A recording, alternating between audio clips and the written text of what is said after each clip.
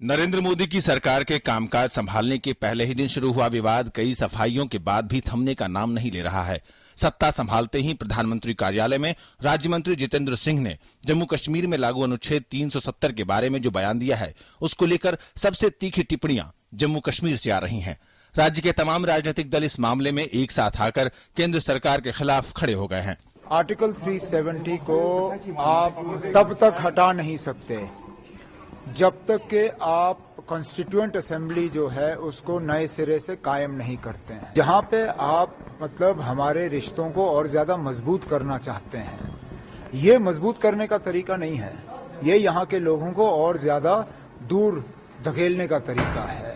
We condemn the statement जो 370 पे कल जो स्टेटमेंट आया, though minister has retracted from it, but we still condemn it. अगर बात करनी है आर्टिकल 370 पे, तो BJP should try to discuss how to strengthen it. इस मामले पर आज नेशनल कॉन्फ्रेंस के कोर ग्रुप की भी बैठक हुई, जिसमें कहा गया कि जितेंद्र सिंह के बयान की निंदा करते हुए इसे जम्मू कश्मीर के लोगों की भावनाओं के खिलाफ बताया जाए। जम्मू एवं कश्मीर के मुख्यमंत्री उमर अब्दुल्ला ने मंगलवार को यहां तक कह दिया था कि अगर संविधान का अनुच्छेद 370 हटाया गया तो जम्मू एवं कश्मीर भारत का हिस्सा नहीं होगा। अब संघ और बीजेपी उमर अब्दुल्ला के इस बयान पर भड़क गए हैं। दोनों का कहना है कि मंत्री ने इस विवाद पर सफाई दे दी है और अब इसे बढ़ाना गलत है। I do not see any reason for a controversy on the issue of Article 370. Dr. Jitendra Singh's clarification had come out yesterday itself. नहीं, मंत्री जी का जो बयान था उसके ऊपर अनावश्यक राजनीतिक विवाद छेड़ने का प्रयास करना ठीक नहीं है। मुझे लगता है कि मंत्री जी ने एक पार्टी का स्टेटेड पोजीशन को ही दोहराया था।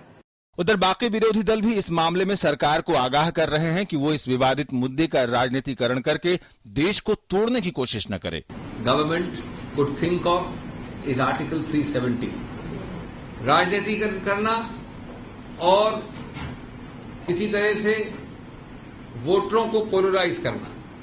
जो सभी चुनाव आ रहे हैं उस कारण से इस प्रकार की सस्ती राजनीति खेली जा रही है।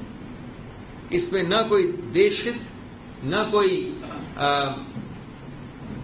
और सिद्धांत है, इसमें न कोई विकास की बात है, न कोई जनहित की बात है।